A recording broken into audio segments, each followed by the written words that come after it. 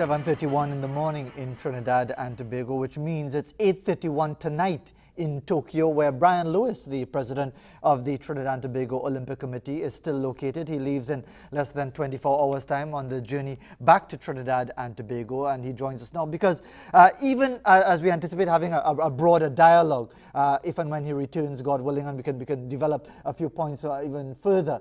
There's so much that is being said, Brian, in the aftermath of the Olympic Games and even during the Olympic Games, with specific reference to Trinidad and Tobago's performance. And I know there's a keenness to respond to a lot of perspectives, a lot of criticisms and so on. But first and foremost, Brian, good evening to you in Tokyo. Thanks very much for taking the time to make yourself available to speak to us today. Good morning to you, Fazil. Good morning to all your viewers, and good morning to Trinidad and Tobago. Yes, it's a good evening here in Tokyo. Yeah, I'm looking forward to the journey back home, having received my negative PCR test results today. Right. So okay. Rather than get caught up in who say about this and who say about what and who respond to who and so on, how would you contextualize Trinidad and Tobago's performances at the 2020 Tokyo Olympic Games? Let me say first off, Fazil, I mean, for the Trinidad and Tobago Olympic Committee, we welcome all feedback, whether it be, informed, whether it be baseless, uninformed, emotive, reactive. It's important. It's important that people, be allowed to express their view.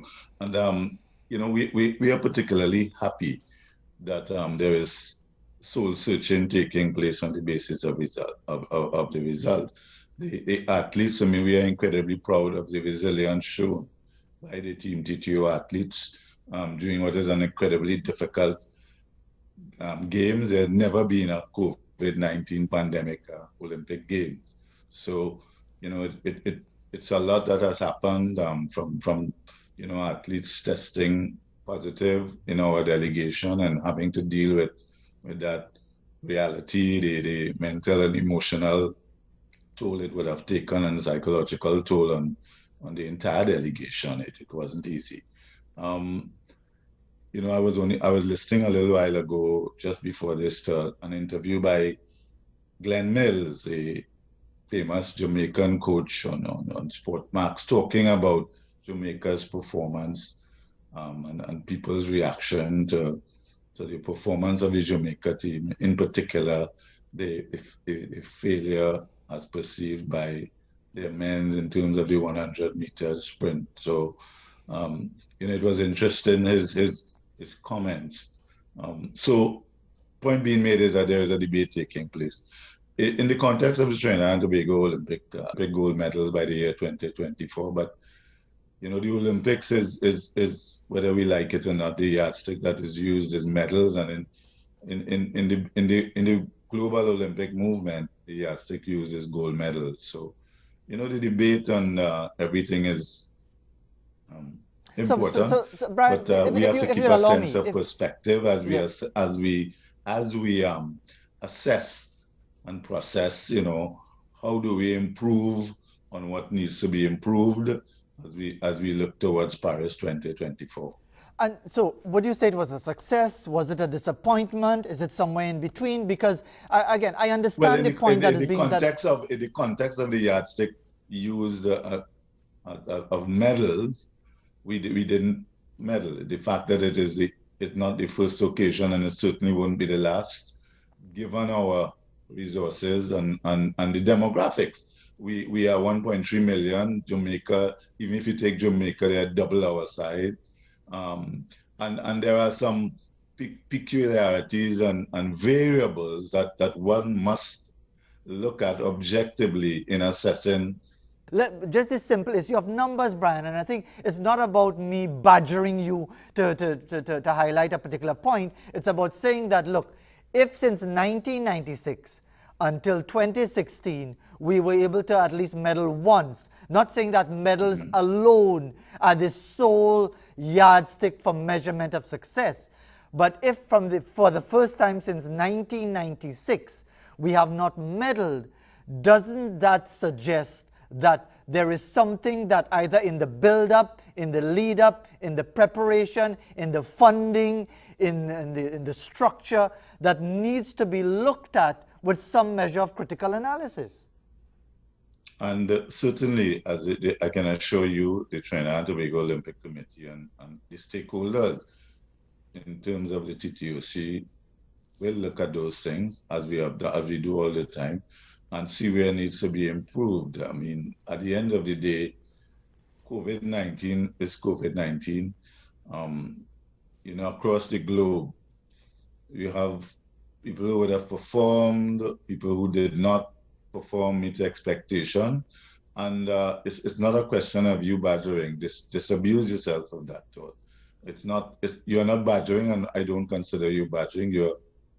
You are asking for the necessary accountability and transparency, and I welcome that. The performance of the Trinidad and Tobago Olympic team in the context of us not medaling for the first time, as you have highlighted, since 1996, is disappointing. But when you look at the reality and you get down into the granular aspect of it, a number of the athletes made finals. I mean, international sport is about margin, slight margin. So it could easily have been, we could have come with 2 medals, and then there would have been a different discussion.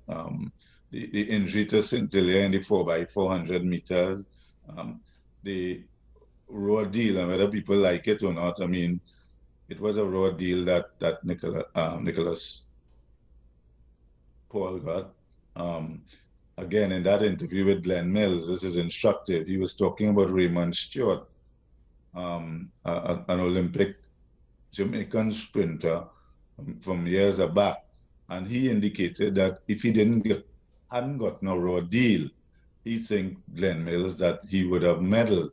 So, there are realities that need to be looked at. But as I said, we are processing all the feedback.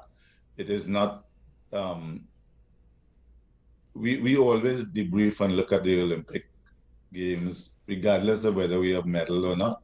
And in particular, this quadrennial has been shortened by a year, so that Paris is just around the corner. We immediately, from the context of the Trinidad and Tobago Olympic Committee, we have Birmingham Commonwealth Games in under a year, so that we have to ensure that where the Trinidad and Tobago Olympic Committee needs to do better, in particular, supporting the athletes, because over the quadrennial, the TTOC, and this is separate and apart from what the Ministry of Sport would have done, and I know that the Ministry of Sport Company, there will be a press conference later today, Trinidad and Tobago time. The TTOC would have supported athletes to the tune of 6 million TT over the quadrennial, and that's the Trinidad and Tobago Olympic Committee alone. We have the Michael Johnson Performance Partnership. We have the High Performance Program with Anthony Macano as a coordinator. We would have had available Alexandria Olton, a sports psychologist, to provide virtual support, so that from the Trinidad and Tobago Olympic Committee perspective, we would have done the best that we could have, given the resources that we had at our disposal to support the athletes, in particular during the difficult COVID-19 period in 2020 and this year. Could we have done better? I'm quite sure we could. Because there's so much that is being said, how challenging does that make this issue? If it is that, and I'm presuming that you're sincere as far as the post-mortem and proper analysis, when there are bonfires being lit everywhere by people either perceived as attacking the athletes or others defending, others saying that this is about the incompetence at all levels, and then it starts to pile on social media, who attacking who and who defending who, and who has an agenda and who doesn't have an agenda, who lining up for our work, who kissing up to the government, and all these things. How difficult is it to really be able to drill down to the fundamental issues about athlete preparation and performance for the next time around? It's it's challenging, but what I can say is that from the Trinidad and Tobago Olympic Committee perspective, we have always remained focused on the controllables, looking at the data. There are people who feel that the Trinidad and Tobago Olympic Committee, we don't have a strategic plan. Well, they haven't been, we have been very public over the years in terms of what we have been doing, be it webinars, be it sports administration courses, being programs such as Replace Guns with Medals, Future is Female, the Marathon Walk, the establishing the Athlete Welfare and Preparation Fund, establishing medal bonuses since 2015. So that the Trinidad and Tobago Olympic Committee, we have worked closely with the athletes, with their entourages, to provide support as best as we could. So that for us, it's about remaining focused. As I said, all feedback is from my perspective, constructive, regardless of whether it is informed, it's baseless, it's emotive, it's reactive, it has an agenda.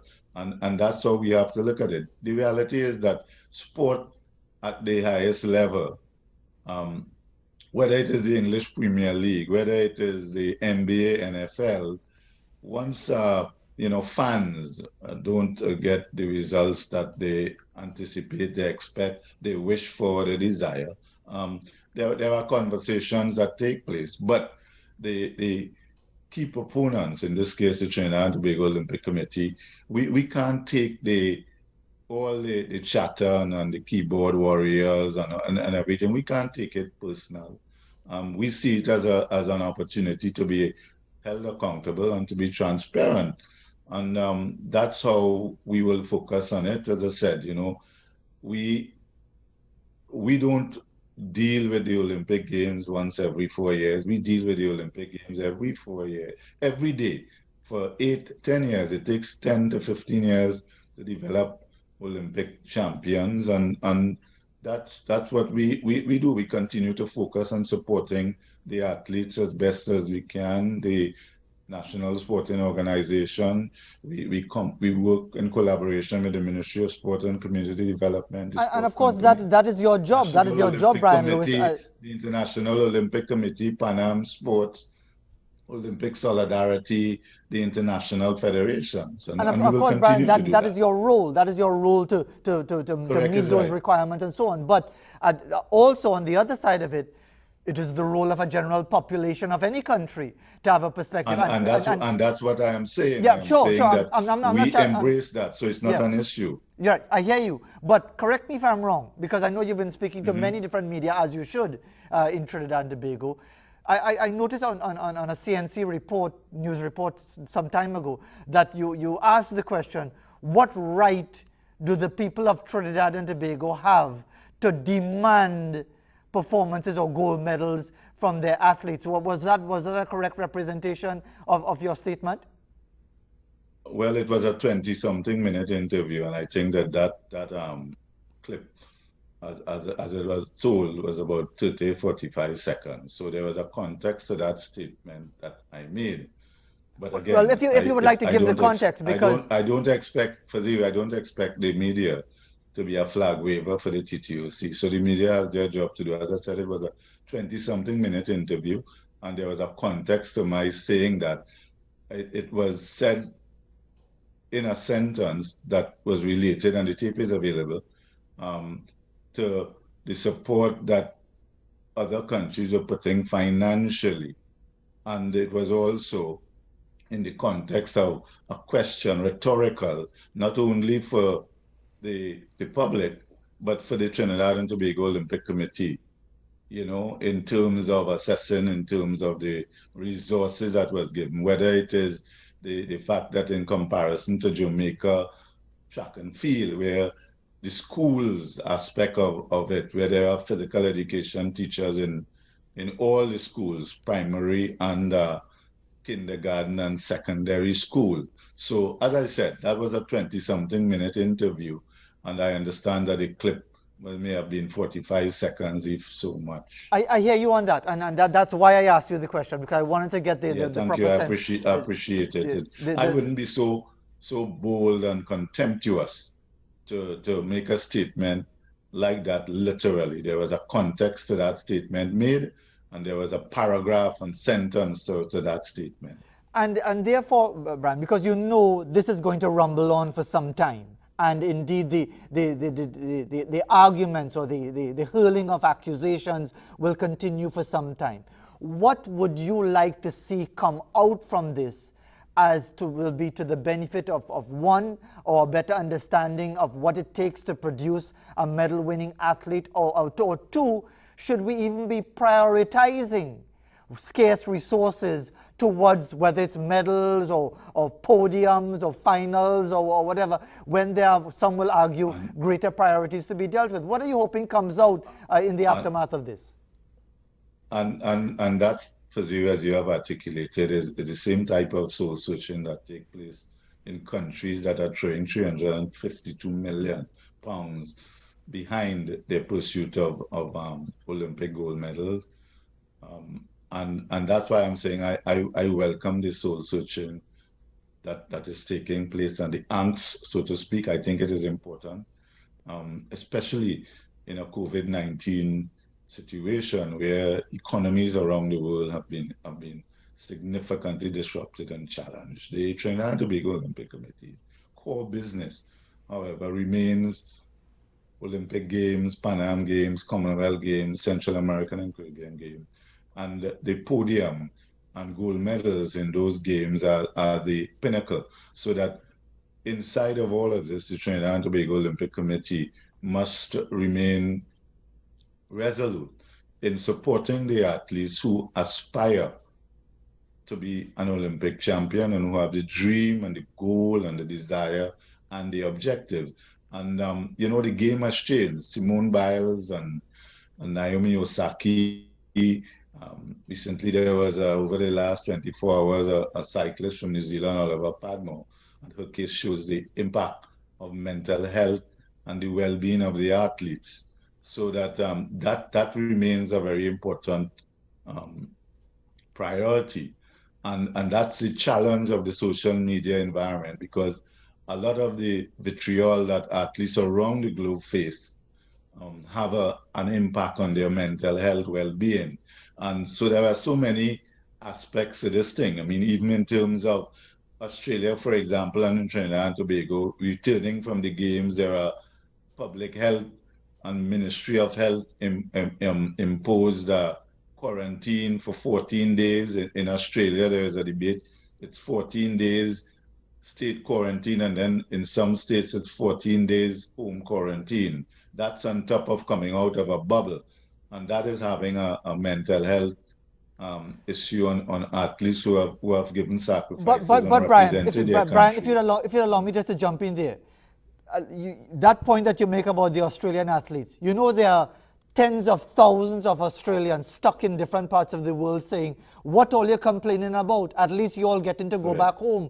I am out here stuck with my family for years or for months, and you all complaining. And that is the point I'd like to finish with, in the sense that, and God willing you return safely, we'll be able to continue the discussion at another time. Is it That's what you want to end the point, saying that athletes shouldn't be who represent their country? I'm trying to clarify. Okay, that's because I'm going to pose the question to you now. Is it that it should be expected that athletes should be enjoying certain privileges, whatever those privileges may be, returning to your country when others, civilians, can't return and so on, and not expect a concomitant demand for results? Because if you're going to get these privileges, if you're going to get these opportunities, whatever you may be saying about lack of funding compared to Jamaica or compared to the UK or whatever, you live a privileged life, and as a result of that, there's a concomitant expectation of results. So Kazi, I don't understand why. I hope you're not articulating that the Trinidad and Tobago Olympic Committee and the athletes of Team TTO have taken an issue with the demand for results. We live in a world where sports, where performance is what we are measured by. We understand that, we embrace that. So it's not to say, and it is, if anyone is saying that the Trinidad and Tobago Olympic Committee and the Team TTO athletes have an issue with demand for results, then that's manifestly a misrepresentation of the matter. There is absolutely no doubt that we, the Trinidad and Tobago Olympic Committee and the athletes representing Team TTO, live in a world where performance matters. That is always the demand, and that's always the effort being made. So we welcome, as I said, the feedback. It will be taken on board, but it is also important for us to focus on what we have been doing that have worked well, to continue doing what has not worked well, improve and do better. And that's the process that we will continue doing. At the end of the day, when the circus goes and it settles down, we have to continue, we, the athletes, have to continue representing the country, finding support where it needs to be fought, learning from their failures and disappointments. And of course, when they do succeed, as they will, they will rebound, they will bounce back. The country will celebrate and enjoy. But at the end of the day, we, the TTOC and Team TTO athletes, as much as we may find it, a bit, again, that's the reality. We have accepted that reality of representing a country at the pinnacle event that is the Olympic Games. And Brian, So just a rest final assured. thought. We have just about 60 seconds left, and indeed we'll hopefully when you return safely, we'll continue this dialogue. Is this your last Olympic Games? Is this your last major event as president of the TTOC? Well, I hope that God will spare me long life, but there are term limitations, and it was my term would have ended after the TTOC. Unlike a number of organizations, we have term limitations of 2 4-year terms, so that in that context, this would be the last Olympic Games for Brian Lewis as president of the Olympic Committee. Yes, so, Indeed. Well, we want to thank you, Brian. And I know you sound really, really tired, whether it's tired from all that is required with the Olympic Games or the dialogue surrounding it. But in any event, we appreciate you. No, I'm just tired. The 13 hours, it's all the 1 o'clock and 2 a.m. and 3 a.m., 4 a.m. calls, which is I hear you the on that, afternoon Brian. Trinidad and Tobago that I've had to deal with. But Indeed, but please pressure wait. comes with the territory, and easy is the head that wears the crown. Sure. And I've always embraced being accessible and being transparent and accountable. And I respect people's right, let me say, to their opinion and their right to express that opinion. And I will stand up for that right of anyone. I don't have to agree with it. I don't have to like it, but people have a right to express their opinion. And I thank Trinidad and Tobago for supporting the Team TTO athletes and for their passion and enthusiasm and commitment and Brian, their sorry to desire jump hold across you, us to but account. time is going by very quickly, and God willing, have a safe journey back home, and we'll continue this discussion when you're back in Trinidad and Tobago. Thank you very much once again. Thank you very much for You're more having than me. welcome. Brian Lewis there at 8:55 in the night time. It's 7:55 here, and as we go to another break, here are some sunset images captured at Penal Rock Road, sent to us by Wendy Birja. Looks almost like an explosion of color coming off the top of that roof as we go to the break.